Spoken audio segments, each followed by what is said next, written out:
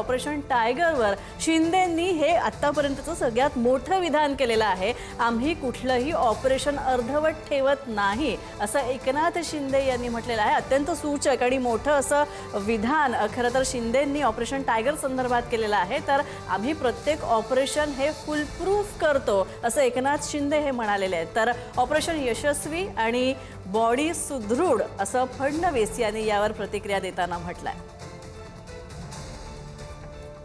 लवकरच तुम्हाला breaking news मिळेल। आम्ही ऑपरेशन अर्धवट करत नाही, फुलप्रूफ करतो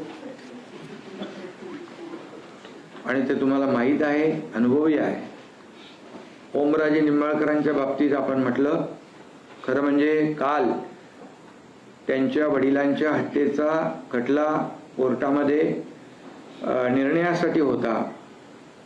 ते स्वतः आणि त्यांचं कुटुंब पूर्ण एका वेगळ्या दुःखामध्ये होतं आणि अशा संवेदनशील परिस्थितीमध्ये त्यांना शिवीगाळ करणं आणि आरोप प्रत्यारोप करणं, त्यांच्याकडे होते तेव्हा ते अगदी जमिनीवरचा कार्यकर्ता म्हणून म्हणणं आणि नंतर आरोप करणं रील स्टार म्हणून, हे सगळं जे आहे, सकाळी आरोप करतात, खासदारांना शिव्या देतात, संध्याकाळी त्यांच्या रात्री गपचूप जाऊन घरी जाऊन पाय धरतात। हा खरं म्हणजे एक केमिकल लोचा आहे। आणि मी आपल्याला सांगू इच्छितो की जे काही आता चर्चा सुरू आहे ह्या सगळ्या झूट आहेत। तुम्हाला थोडं थांबा, ब्रेकिंग न्यूज मिळेल। ऑपरेशन यशस्वी आहे आणि बॉडी एकदम सुदृढ आहे।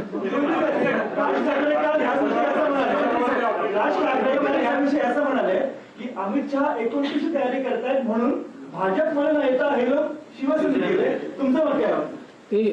मी काल एक मीम पाहिला, त्या मीम मध्ये राज ठाकरे शांतपणे झोपलेले आहेत आणि त्या ठिकाणी लिहिलंय, मला शांत झोप लागते कारण माझ्याकडे खासदारी नाही,